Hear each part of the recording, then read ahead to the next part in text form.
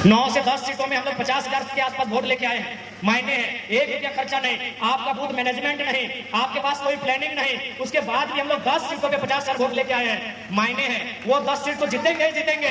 उसके बाद भी बहुत सारी सीटें जहां लोग प्रत्याशी नहीं दिए थे, जहां लोगों ने ये कहा कि लोकसभा में दिल्ली देख रहे हैं, विधानसभा में हमारी ओर देखेंगे, इस बात की गारंटी है। झारखंड के गरीब छात्रों के लिए नियोजन नीति नहीं बनी है, बाकी उनके लिए नियोजन नीति बन गई है। अगर आप कांग्रेस की बात करेंगे तो देखिए बगल में नियोजन नीति, सुबोध कांत की बेटी कौन है भाई, आ गई ना, 4.5 लाख वोट ले आई ना, नेता बन गई ना। ये है नियोजन नीति नेताओं की। आइए आजसू की बात कीजिए, संसद जी सांसद, पत्नी जी बन गई विधायक, बन गई ना नियोजन नीति। हेमंत जी की बात कीजिए, मुख्यमंत्री, भाभी विधायक डांटे से, बन गई ना नियोजन नीति। आप झारखंड की जो क्षेत्रीय दल है, आप उन्हीं को बोलिए, सबसे पहले जनरल से बोलिए कि इस बार सारा वोट आपको ही देंगे, लेकिन शर्त है बसंत सोरेन और कल्पना सोरेन को इस्तीफा दिलाइए। आप सुदेश जी से बोलिए इस बार सारा वोट आपको देंगे आजसू को, लेकिन शर्त है आप चौधरी जी से और मौसी जी से इस्तीफा दिलाइए। एनडीए इंडिया के बाद हम तीसरा विकल्प इस राज्य का बनने जा रहे हैं। एनडीए को आपने देखा, एनडीए दिल्ली में रहकर बात करती है, इंडिया को आपने देखा, इंडिया हेमंत बाबू के परिवार की बात करती है। चंपाई चचा को रहने देते 3 महीना कम से कम, तभी तो जानते हैं कि आप झारखंड की बात करते हैं। एनडीए को भी आपने मौका दिया, इंडिया को भी आपने मौका दिया, आप नौजवानों को मौका दीजिए जो झारखंड को चारागाह बनाने वाले, झारखंड को लूटखंड बनाने वाले, उनसे आंख मिला सके और इस राज्य के लिए नियम बना सके, पॉलिसी बना सके, ऐसे युवाओं को मौका दी। हमने पाया कि जिन जिन क्षेत्रों में मेरा वोट नहीं था, अगर उन गांवों में हम जा रहे थे, बुजुर्गों का आशीर्वाद ले रहे थे, लोगों से मिल रहे थे, मेरा हर एक बूथ में वोट आया। जबकि वहां हम लोग सोचे नहीं थे, हम लोग सोचे थे कि ना ये बीजेपी का कोर वोटर है, ये फलाना पार्टी का कोर वोटर है, ये लोग तो टूटेंगे ही नहीं, लेकिन वो इंतजार कर रहे थे कि लड़का आएगा कब। और हमें लगा कि एक दिन में हम 10,000 वोट प्लस कर रहे थे, क्योंकि एक दिन में लगभग 20-25 गांव जा रहे थे, और एक एक गांव में, एक एक क्षेत्र में लगभग 500-700 वोट हम प्लस करते थे। यदि 10 दिन हम फील्ड में रहते हैं तो 10, 250 यानी 1 लाख वोट पिरामिड करते हैं, और 1 लाख से तो अंतर रहा है, यानी गिरिडीह लोकसभा जीत जाती। पूरा में भी ठीक, आपके यहाँ शायद पीडीपीएस है ना, हमारे वहाँ सीडीपीएस है। सीडीपीएस के बगल में थर्मल प्लांट लगता है। जैसा कि प्लांट लगने के बाद की कहानी होती है, रैयत मुआवजा की मांग करते हैं, रैयत नौकरी की मांग करते हैं, वहां भी वैसा ही हुआ। फिर पुलिस बीच में आती है, कंपनी के दबाव में केस होता है, जैसा हर जगह पूरे झारखंड में रैयतों के साथ होता है। वहां भी 21 लड़कों के साथ केस हुआ, लेकिन केस करने के बाद मैनेजर ने क्या बोला मालूम है? केस करने के बाद मैनेजर ने कहा कि वोटिंग के दिन का इंतजार कीजिए, 4 तारीख का इंतजार कीजिए, 4 तारीख में अभी 5 दिन का समय है। यदि जयराम महतो गिरिडीह लोकसभा जीत के चले आएंगे तो केस को वापस कर लीजिएगा। बहुत पागल लड़का है, पता नहीं क्या करेगा। आप उन 21 लड़कों से जाके पूछ लीजिए। 4 तारीख जैसे ही चुनाव हम हारते हैं, 5 तारीख को वो केस तेनूघाट ट्रांसफर किया जाता है। तेनूघाट उनका कोर्ट कचहरी पड़ता है। यानी ये सिस्टम उनको भी मालूम है, अगर ये नौजवान पॉलिटिक्स में आएंगे तो फिर एक एक पाई का हिसाब लिया जाएगा। उतना छोड़िए, आपके रामगढ़ में 2 फैक्ट्रियां हैं, रामगढ़ और मांडू में। उन्होंने अपने वर्कर को छुट्टी दे दिया था, जबकि उन्होंने कहा सर हम लोग तो वोट दे दिए हैं संजय जी को। बोला नहीं नहीं, आप गिरिडीह जाइए और अपने रिश्तेदारों को कहिएगा कि जयराम महतो को वोट नहीं करना है। अब आप किस रूप में हमें ले रहे हैं मुझे नहीं मालूम, लेकिन जिन्होंने झारखंड को लूट के रखा है वो सीरियस ले रहे हैं और चुनौती के रूप में ले रहे हैं। उन्होंने 2 दिन छुट्टी दिया था अपने वर्कर को कि जाइए और किसी रिलेशन के यहाँ रात रहिए और सुबह बस इतना बोलिएगा कि जयराम महतो को वोट ना करें। उनकी हालत खराब है, क्यों मालूम है? उनको भी मालूम है वो जीतेगा गिरिडीह में, लेकिन पंगा हजारीबाग में भी लेगा।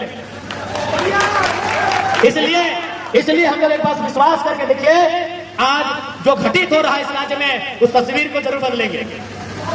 ये बात तो हम आपको कह के जाते हैं, क्योंकि आज एक कार्यकर्ता मिलन समारोह भी है, तो थोड़ा सा हम ये भी कहना चाहेंगे, क्योंकि यहाँ जो लोग आए हैं वो गिने चुने लोग हैं, चाहे हमारी बहनें हैं, हमारी माएँ हैं, या फिर हमारे अभिभावक हैं, हमारे नौजवान साथी हैं। यहाँ कार्यकर्ता लोग आए हैं। देखिए, नेता का चुनाव जीतने में कभी रोल नहीं होता है। न संजय जी हर एक बूथ में गए हैं, न जयराम महतो हर एक बूथ में गए हैं। चुनाव जीतने का काम कार्यकर्ता करते हैं, केडर करते हैं।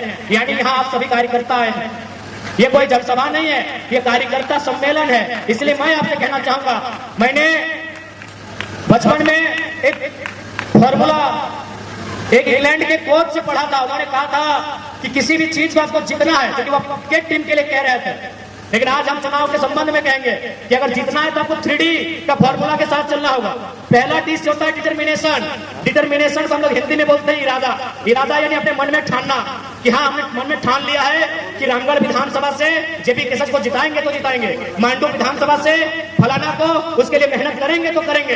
ये होता है डिटर्मिनेशन, यानी इरादा जो हम मन में ठानते हैं। दूसरा डी से होता है डेडिकेशन। डेडिकेशन का मतलब होता है समर्पण। समर्पण का मतलब होता है कि आज बारिश हो रही है लेकिन लोग इंतजार कर रहे हैं, आप फिर भी भीगते भीगते या फिर बारिश की चुनौती को स्वीकार करते करते कार्यक्रम में जाते हैं, इसको समर्पण कहते हैं, डेडिकेशन कहते हैं।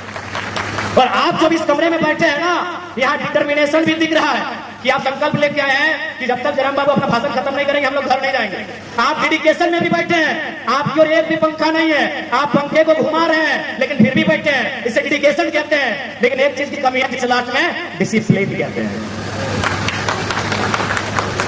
डिटर्मिनेशन साफ साफ दिख रहा है, आगे भी दिख रहा है, पीछे भी दिख रहा है, बाहर बैठे उनमें भी दिख रहा है, डेडिकेशन भी दिख रहा है, थोड़ा डिसिप्लिन नहीं दिख रहा है। हो सकता है हम में भी नहीं दिख रहा हो। हम ये नहीं कह रहे हैं कि हम मोदी जी की तरह थोड़ी कह रहे हैं कि हम कोई अवतार लेके आए हैं, इसी मिट्टी से आए हैं। हो सकता है डिसिप्लिन हम में भी नहीं फॉलो हो रहा है। तो इसलिए अगर चाहते हैं कि विधानसभा के चुनाव में फलता हो तो डिटर्मिनेशन डेडिकेशन के साथ साथ हमें डिसिप्लिन मेंटेन करना होगा। यही चुनाव में हमारी खामी यही रहेगी। चुनाव लोकसभा में हम लोग और बेहतर कर सकते थे, हो सके तो सीटों को जीत भी सकते थे, लेकिन थोड़ा सा डिसिप्लिन में कमी रहा, इस बात को स्वीकार करना होगा। इसलिए एक मूल मंत्र यह भी रहेगा हमारा, हमारे तमाम कार्यकर्ता के लिए 3D, determination, dedication, last discipline. और साथ ही साथ डी के साथ CCC भी होना चाहिए।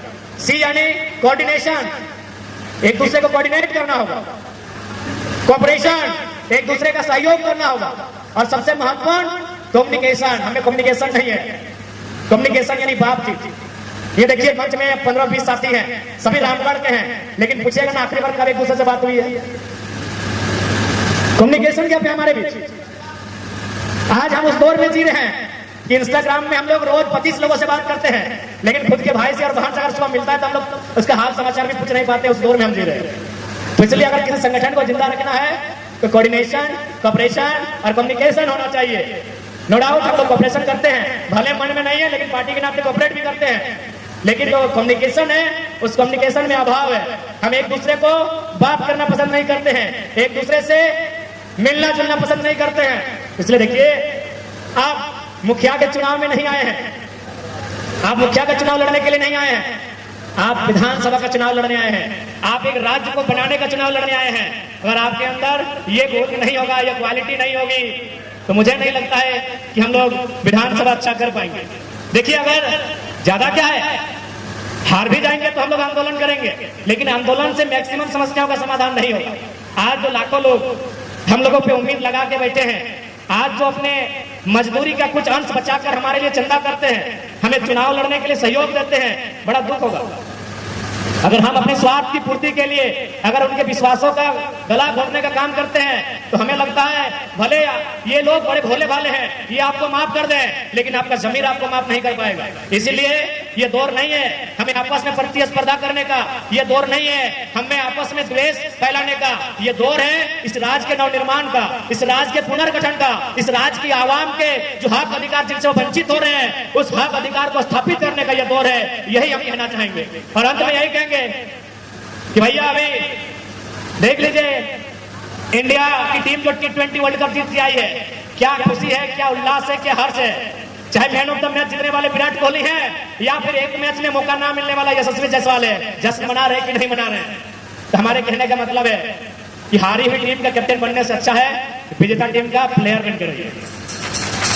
आपस में लड़ते लड़ते हार गए ना, आपस में लड़ते लड़ते हार गए ना, तो फिर भैया बड़ा अफसोस लगेगा। जाइए अभी यशस्वी जायसवाल से पूछिए, भैया कैसा फील कर रहे हो? गदगद फील कर रहे हैं? अरे मैच खेले चाहे नहीं खेले, वर्ल्ड चैंपियन है। पूछिए चहल से, क्या चहल भैया कैसे हैं? वर्ल्ड चैंपियन है। आप जाके पूछिए डीकॉक से, कितना भी रन क्यों नहीं बनाया है, सर झुका है, आंखों में आंसू है, दिल में एक दुख है, तकलीफ है, क्यों? वो भले कितना चैंपियन क्यों नहीं है तो हारा हुआ टीम का हिस्सा।